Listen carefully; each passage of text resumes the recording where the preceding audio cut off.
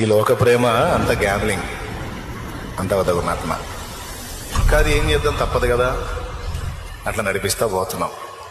కానీ యవనస్తులు అంటారు, అందరికీ ప్రేమతో చెప్తున్నా, లవ్ చేయండి కానీ ఏ సైని, లవ్లో పడండి కానీ ఏ సైతో.